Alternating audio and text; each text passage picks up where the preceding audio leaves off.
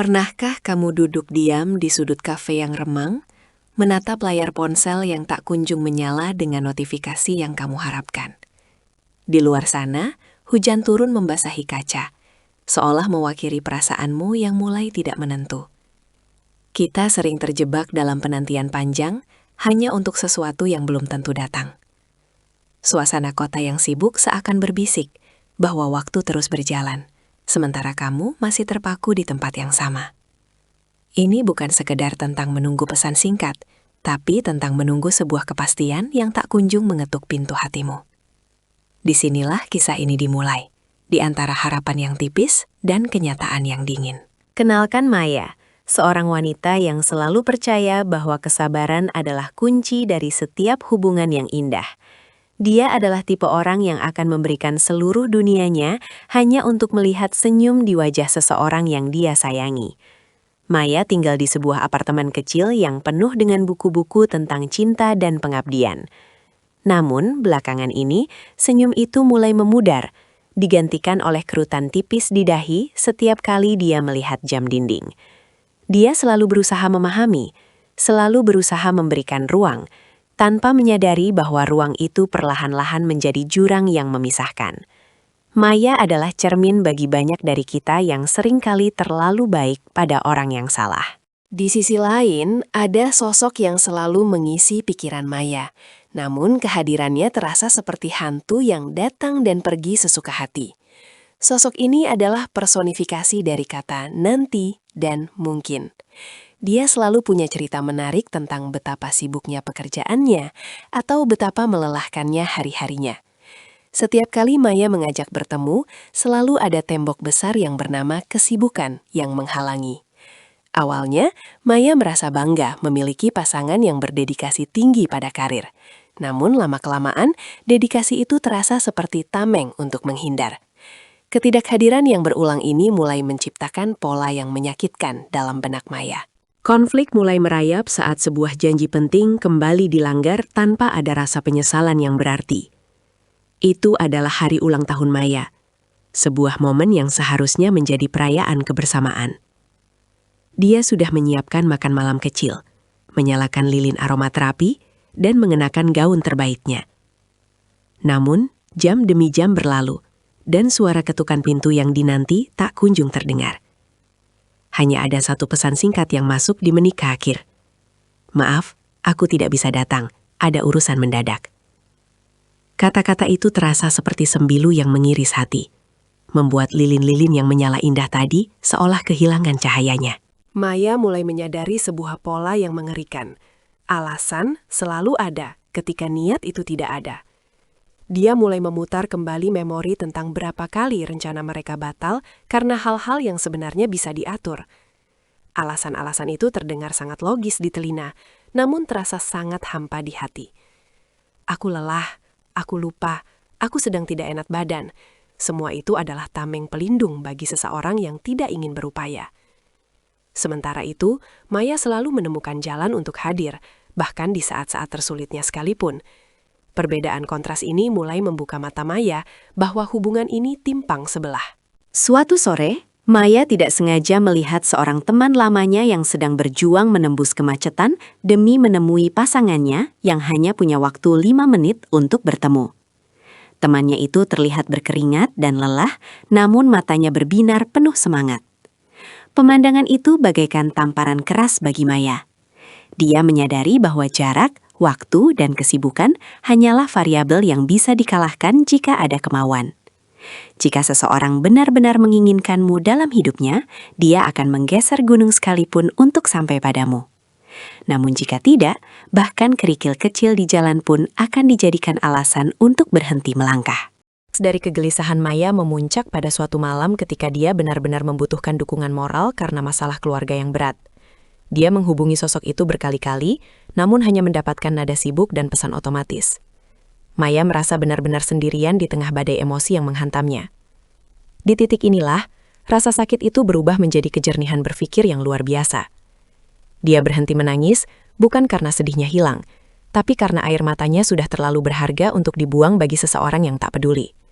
Dia sadar bahwa dia sedang menggenggam kaktus, dan semakin erat dia menggenggam, semakin dalam luka yang dia terima. Keesokan harinya, Maya mendapati sebuah kenyataan pahit, bahwa alasan sibuk yang diberikan semalam hanyalah sebuah kebohongan. Dia melihat sebuah unggahan di media sosial yang menunjukkan sosok itu sedang bersantai di sebuah acara bersama teman-temannya. Tidak ada pekerjaan mendadak, tidak ada krisis yang harus diselesaikan. Yang ada hanyalah ketiadaan prioritas. Kebohongan ini adalah potongan terakhir dari teka-teki yang selama ini membingungkan Maya. Sekarang segalanya menjadi jelas. Dia bukan tidak bisa, dia hanya tidak mau. Alasan-alasan yang selama ini diterima Maya adalah cara halus untuk mengatakan bahwa dia tidak cukup penting untuk diperjuangkan. Maya berdiri di depan cermin, menatap dirinya sendiri dengan tatapan yang baru. Dia melihat wanita yang kuat, cerdas, dan penuh cinta. Namun telah membiarkan dirinya direndahkan oleh ketidakpastian. Keheningan di dalam kamarnya kini terasa menenangkan, bukan lagi mencekam. Dia mulai mengemasi barang-barang yang mengingatkannya pada janji-janji palsu tersebut. Setiap barang yang dimasukkan ke dalam kotak adalah simbol dari pelepasan beban yang selama ini menghimpit pundaknya. Tidak ada lagi drama, tidak ada lagi perdebatan panjang untuk meminta perhatian. Dia memutuskan bahwa harga dirinya jauh lebih mahal daripada cinta yang harus dikemis-kemis. Keputusan untuk pergi adalah langkah paling berani yang pernah Maya ambil dalam hidupnya. Dia mengirimkan satu pesan terakhir. Bukan pesan kemarahan, melainkan pesan pamit yang penuh kedamaian. Dia tidak lagi menunggu balasan. Dia tidak lagi peduli apa alasan yang akan diberikan kali ini.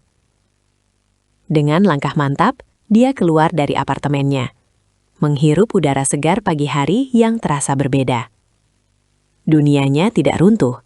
Sebaliknya, dunianya terasa jauh lebih luas dan penuh kemungkinan.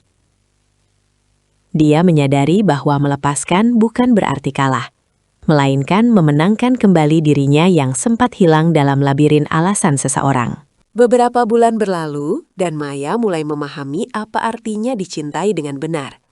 Dia bertemu dengan orang-orang baru yang menunjukkan bahwa tindakan selalu berbicara lebih keras daripada kata-kata. Dia melihat bagaimana seseorang yang serius akan mengatur waktu, bukan mencari waktu luang.